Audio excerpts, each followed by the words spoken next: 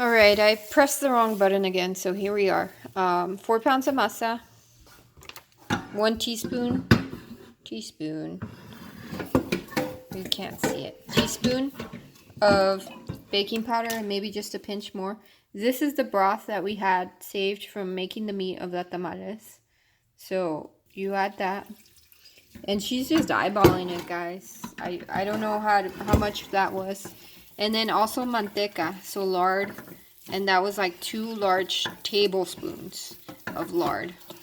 And then you just eyeball how much of this broth that you made from the pork meat that you use. And then over here we have our chile.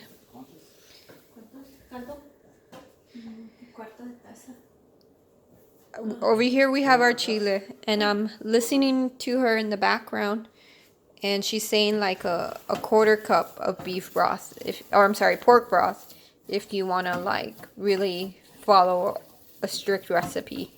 But I would say, depending on the amount of masa that you have, just kind of eyeball it, and make sure that you don't add so much that your masa will be soupy.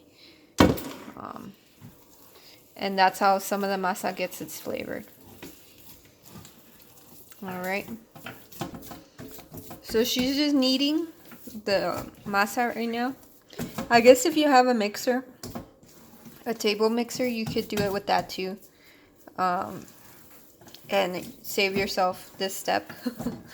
But I didn't purchase one because I wasn't sure how this whole process was going to go.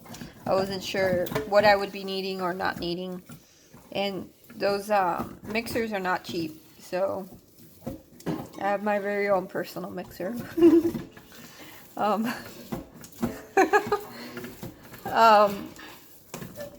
then we're gonna add the chile to this. So now we have our guisado with our masa. We tried the test again, the flour pudding. It didn't float, so too bad. We're gonna keep going. She feels like the masa's ready. It's sticking to her hands, and that's how we know if it's ready. And she's saying, now this is more work. Spoons? Scissors. Oh. One. So 1 spoon. She spreads it out. This is different than the sweet ones. She spreads it out, and see how she spreads it out to the top there? And then you add a spoon of the guisado. Like this.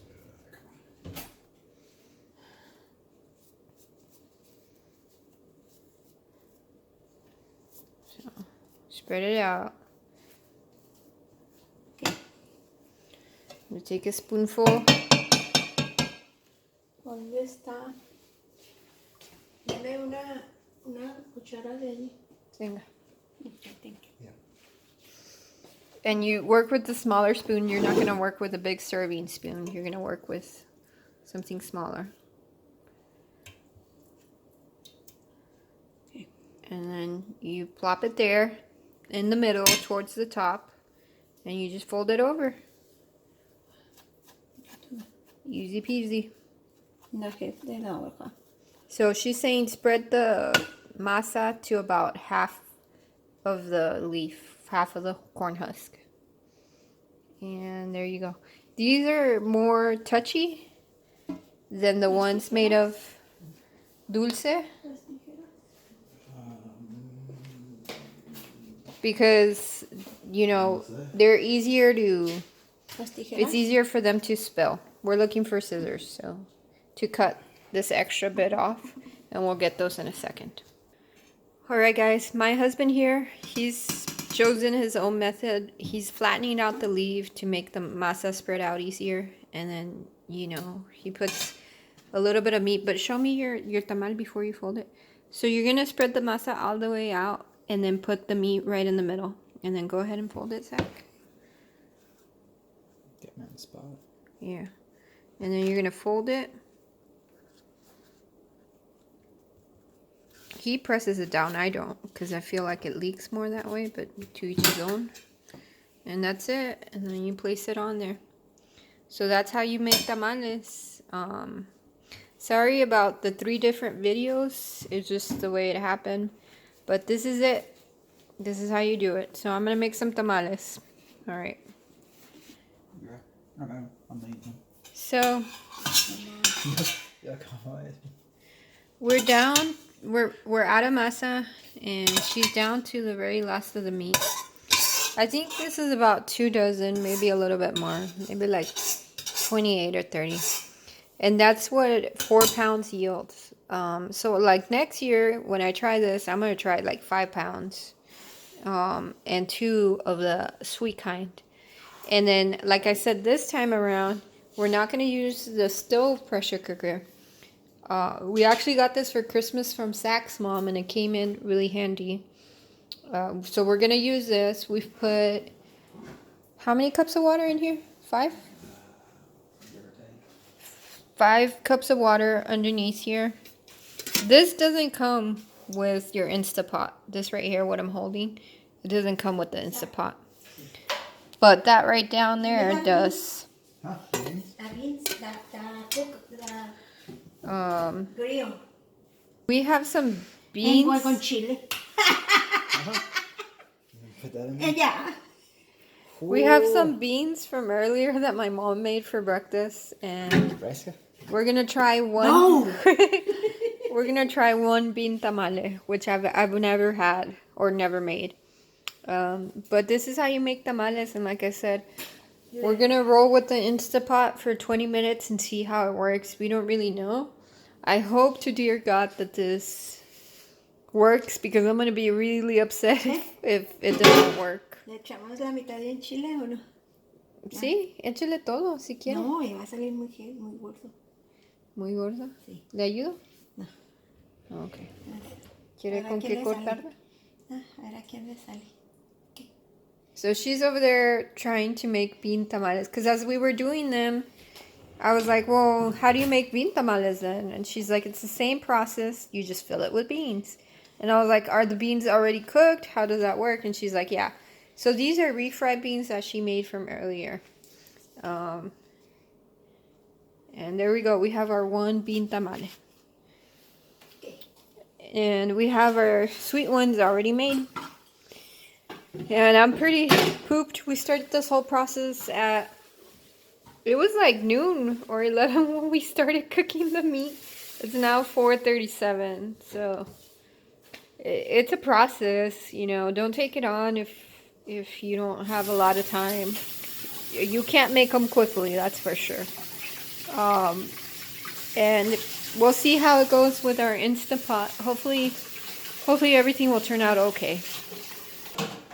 22. All right, we fit 22 tamales in there, but that's going to vary from person to person and the size of your tamal, obviously. All the ones that we fit, we couldn't fit them all, basically. And we're not going to try and fit them all. And we're not going to try to overload it because, hold on, wait. We're not going to try to overload it because that's a dangerous thing to do. Don't do that. So we're going to do 2 rounds of it. And then hopefully it'll go well. So here we go. 20 minutes. That's what we're going to set it to. We're going to set it to pressure cooker. Right there. Pressure cooker.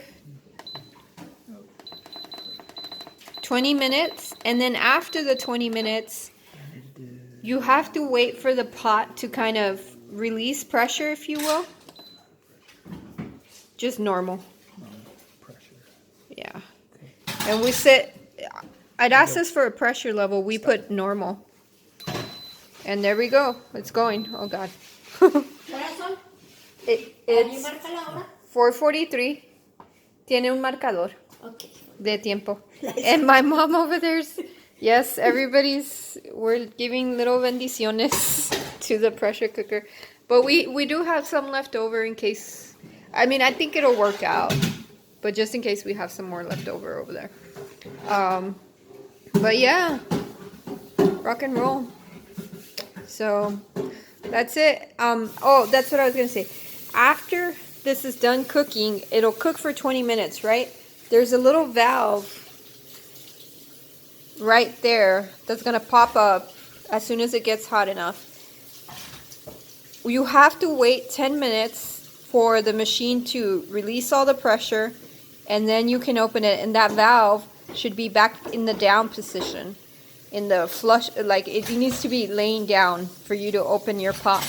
Otherwise, you're asking for issues and an accident will happen. So we'll be back in 20 minutes and we're gonna do 2 rounds hopefully, and hopefully everything will turn out okay.